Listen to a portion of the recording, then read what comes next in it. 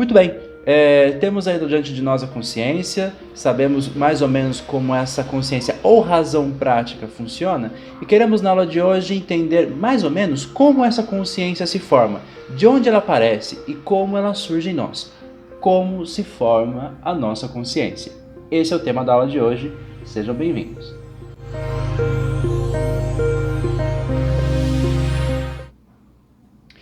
Muito bem, queridos, como vão? O tema da aula de hoje, como eu falei na abertura, é a formação da consciência moral, ou da nossa razão prática. Como será que a nossa consciência se forma ao longo da nossa vida?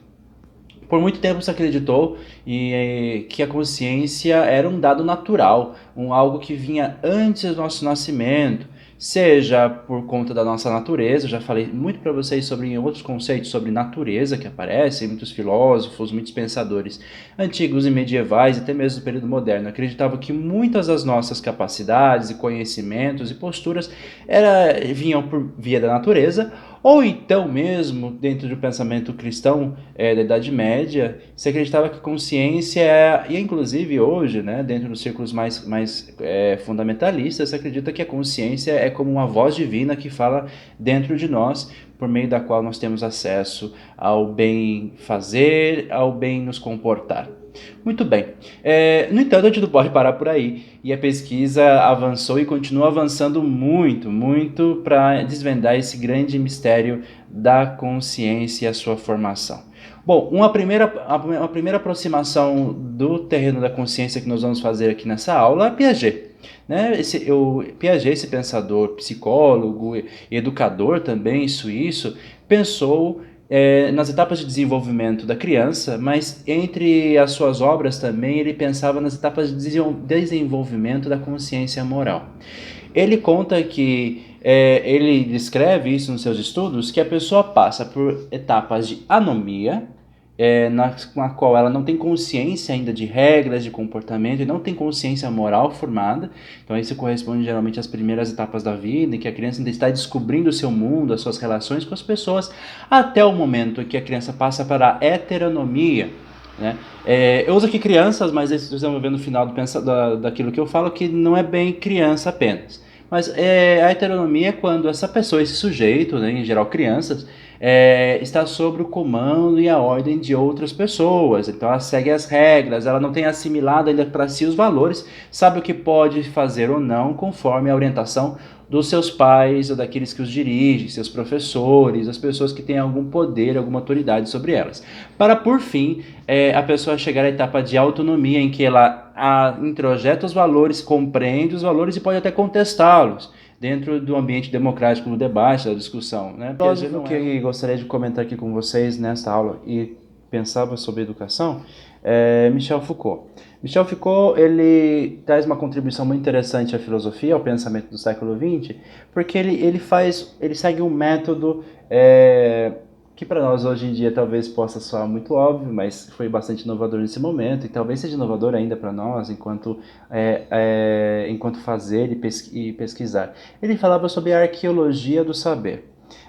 Que se nós queremos conhecer de fato algo, nós precisamos voltar no tempo, né, cavar as camadas da história e descobrir como as coisas, como os diferentes comportamentos eram vividos, o mesmo conceito, a mesma ideia era compreendida, vivida em diferentes épocas e contextos históricos. E aponta dentro dessas diferentes realidades, inclusive na realidade atual, como atua o poder. O poder para Michel Foucault não só o poder que vem de cima, de uma instituição, de um Estado, de um exército, de uma força militar, enfim, do que seja, de um rei, de um governo. Não. O poder atua em pequenos poderes, em micropoderes, em que uma pessoa exerce sobre a outra pela sua vigilância, pelo seu olhar, por aquilo que eles podem fazer um contra os outros. Por exemplo, vocês têm aqui na mão de vocês o micropoder de silenciar o meu vídeo, por exemplo. Vocês têm esse poder de não fazer com que minha voz seja ouvida por mais pessoas, por exemplo, que vocês fecham, que vocês não compartilham, que vocês não anotam. Então, vocês podem me silenciar. Ao mesmo tempo, o professor tem sobre o seu aluno algum poder, algum micropoder, que seria o controle da nota, a exigência de disciplina na sala de aula e tudo mais. Dentro desse universo de micropoderes e de instituições de controle, ele destaca 3 fundamentais instituições que existem para sequestrar as pessoas, que seriam as fábricas, as prisões e as escolas. O que são instituições de sequestro? Instituições de sequestro que tira a pessoa do seu ambiente de conforto e familiar e de proteção e coloca essas pessoas para conviverem umas com as outras em um ambiente controlado, em grande parte das vezes pelo Estado ou por uma autoridade externa. Então vocês são sequestrados das famílias de vocês e colocados na escola. E o que acontece na escola? Na escola o corpo de vocês, o nosso corpo, e na escola, na fábrica e tudo mais, na cadeia, aprende a ter uma nova rotina e uma forma de nos comportar. O fato de estarmos sentados assistindo uma aula, o controle do nosso tempo, todas essas coisas não são dados naturais.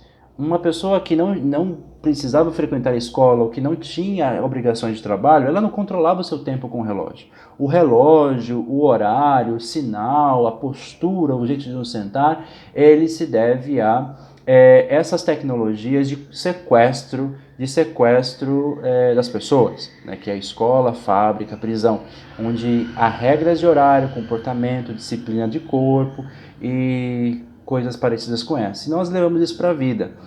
Conhecer esse fato nos ajuda a desnaturalizá-lo e, inclusive, planejar outras formas de abordagem. Estamos falando aqui de escola. Se eu entendo que a escola se organizou ao longo de muito tempo, nem sempre foi assim, mas se organizou ao longo de muito tempo, dentro de um controle do corpo e do tempo, e do espaço das pessoas também, nós podemos inclusive pensar outro tipo de escola, um outro modelo educacional. E a terceira posição que eu gostaria de trazer para vocês hoje é de uma pensadora judia alemã chamada Hannah Arendt, também bastante importante do século XX.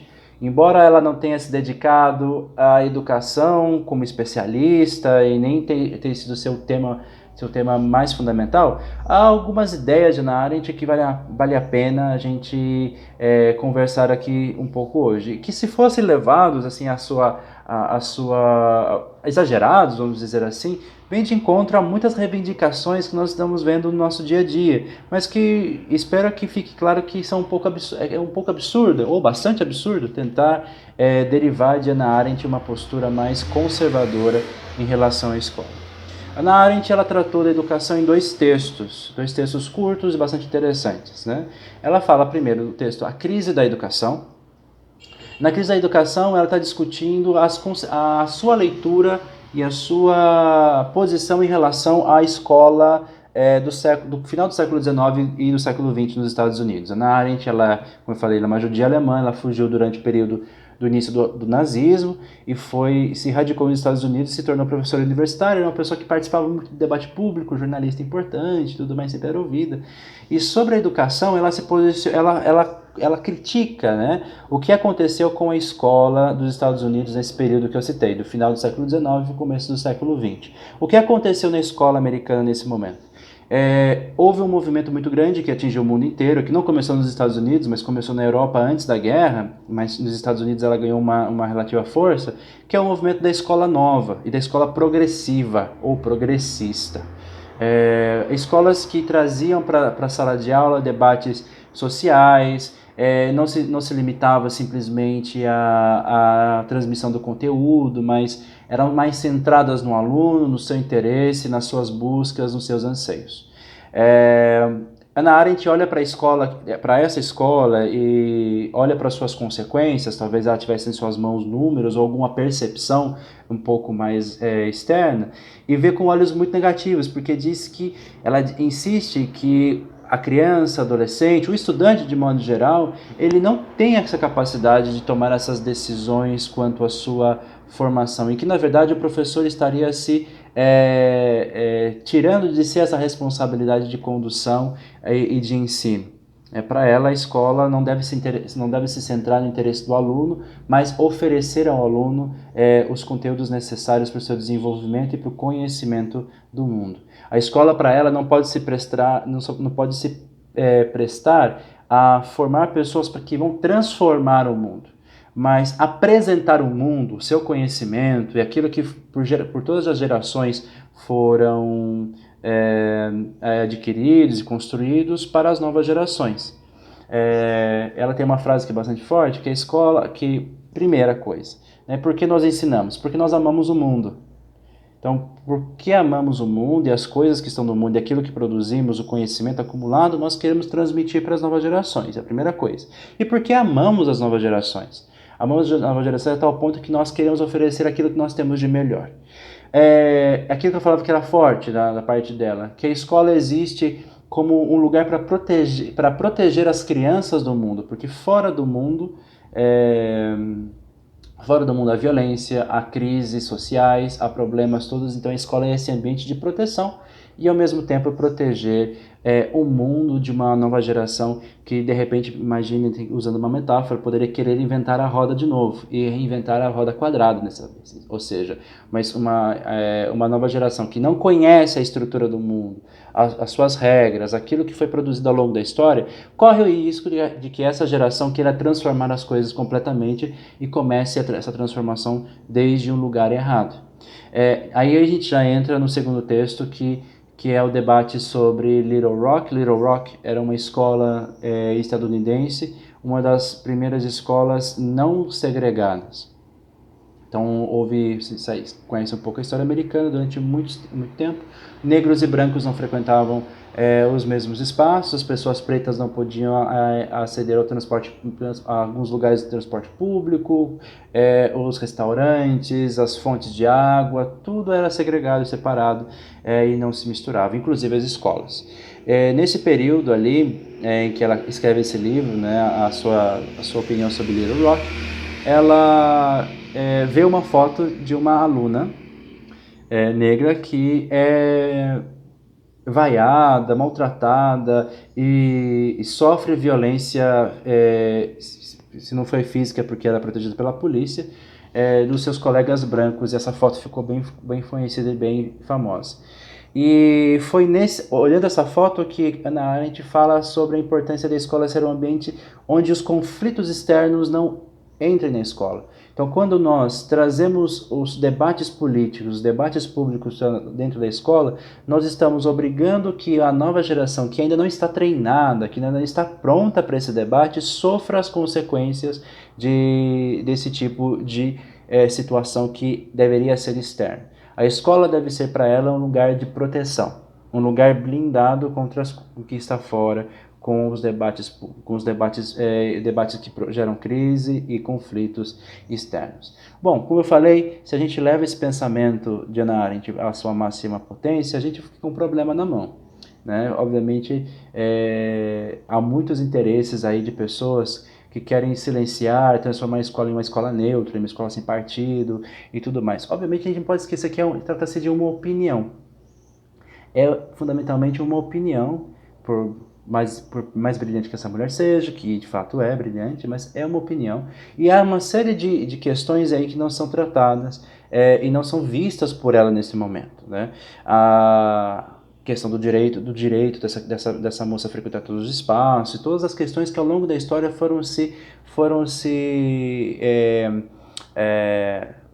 construindo, foram se entendendo, e hoje nós temos uma compreensão bastante diferente de tudo isso.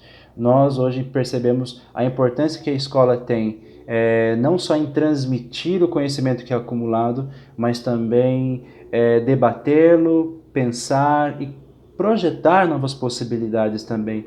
E o quanto e sim, há muita coisa importante e bela que foi construída ao longo da história, mas há muita coisa triste também que nós construímos e que nós precisamos evitar naquelas próximas gerações que vêm.